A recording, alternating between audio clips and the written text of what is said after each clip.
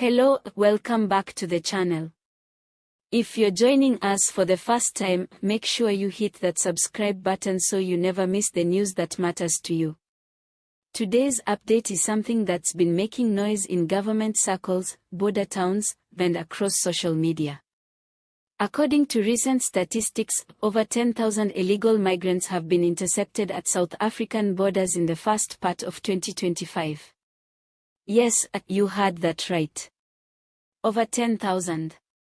Stay with me until the end so you can hear where the figures came from and try to verify the information for yourself. And remember, everything we show here is just for illustration purposes only. We don't show real faces or people involved. So, let's get into it. The border situation in South Africa has once again taken center stage after authorities revealed that in the first 3 months of this year, more than 10,000 people were stopped while trying to cross into the country without proper documents. That number is already higher than expected for this time of the year, and it's got the Border Management Authority, Home Affairs, and the police on high alert. Most of these interceptions happened at busy entry points like Beitbridge, Libombo, and Kopfontein.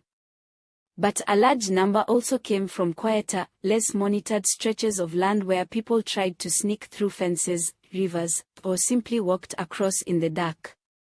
Many of the individuals intercepted were reportedly aiming to reach Gauteng and Limpopo, areas often seen as the land of opportunities. Now, let's be clear. Not everyone intercepted was a criminal. Some of these people were asylum seekers, refugees, or simply desperate individuals fleeing hard conditions back home. But according to officials, a growing number of illegal entries are linked to organized smuggling networks. Some of them even used fake passports, forged permits, and had transport arranged well in advance.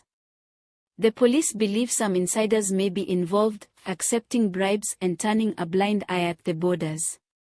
It's not just individuals crossing either.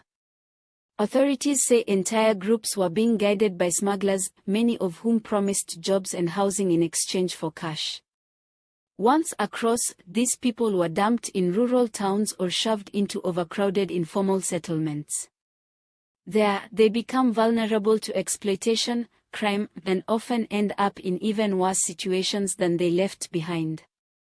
Police and Border Patrol teams say this isn't just about immigration anymore. It's a security risk. In several cases, people intercepted at the border were found carrying stolen goods, drugs, or linked to cross-border criminal operations.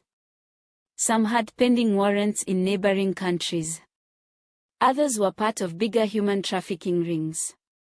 Community leaders in places like Messina and Groblersberg say their small towns are under pressure. Clinics are overloaded, schools are stretched thin, and basic services like water and electricity are constantly under strain. Some residents feel they are being pushed to the edge, while others call for more compassion and proper processing for those genuinely seeking help.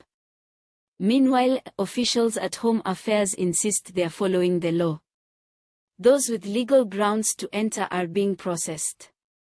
Those without are taken to holding facilities where they're either deported or allowed to apply for asylum under strict rules. Deportations have reportedly increased in early 2025, but critics say the system is still slow and under-resourced. Now, this is where it gets tricky. Civil society organizations are calling for clearer, fairer immigration policies. Some argue that South Africa needs to strengthen legal migration channels so that desperate people don't resort to illegal crossings. Others feel the government should focus on tightening the borders even more and making examples of smugglers. There's no doubt that border enforcement has improved in recent months.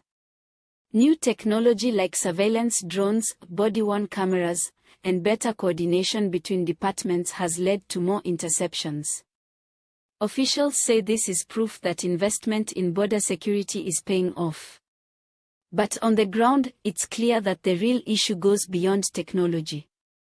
The truth is, South Africa is caught between two difficult choices. On the one hand, you want to protect your borders and your people. On the other hand, you've got to uphold human rights, especially when dealing with people running from war, poverty, or disaster. That balance is not easy to find. And here's where things get even more complicated. Some of the people intercepted are children, pregnant women, or the elderly. These are not people you can just throw into the back of a van and deport without thought. Officials are being reminded to treat everyone with dignity, even during enforcement. The numbers don't lie. Over 10,000 people stopped at the borders in just a few months is a loud wake-up call. Whether you see it as a security threat or a humanitarian challenge, one thing's clear: South Africa's immigration system is under pressure and something needs to change fast. Before we close off, let's lighten the mood with a few jokes. You know how South Africans are, we'll find humor even in heavy news. Someone said, with all these people trying to enter illegally, maybe our borders need less fences and more Wi-Fi so we can track them by their Instagram posts. Another one joked that some smugglers must be on MTN because clearly their network coverage is reaching places even the police didn't know about. And then someone else said if everyone who tried to cross had just applied to vote, they'd have their citizenship by now. All jokes aside, thank you for watching. Please like, share, and subscribe so you don't miss future updates. Let us know in the comments what you think. Should South Africa keep the crackdown going or focus more on creating proper legal pathways for people in need? Let your voice be heard. And just a final reminder, all images used in this video are for illustration purposes only. The sources of this news include official statements from Home Affairs, Border Management Authority, SAPS, and independent South African media reports. Always double-check, stay informed, and stay safe. See you in the next update.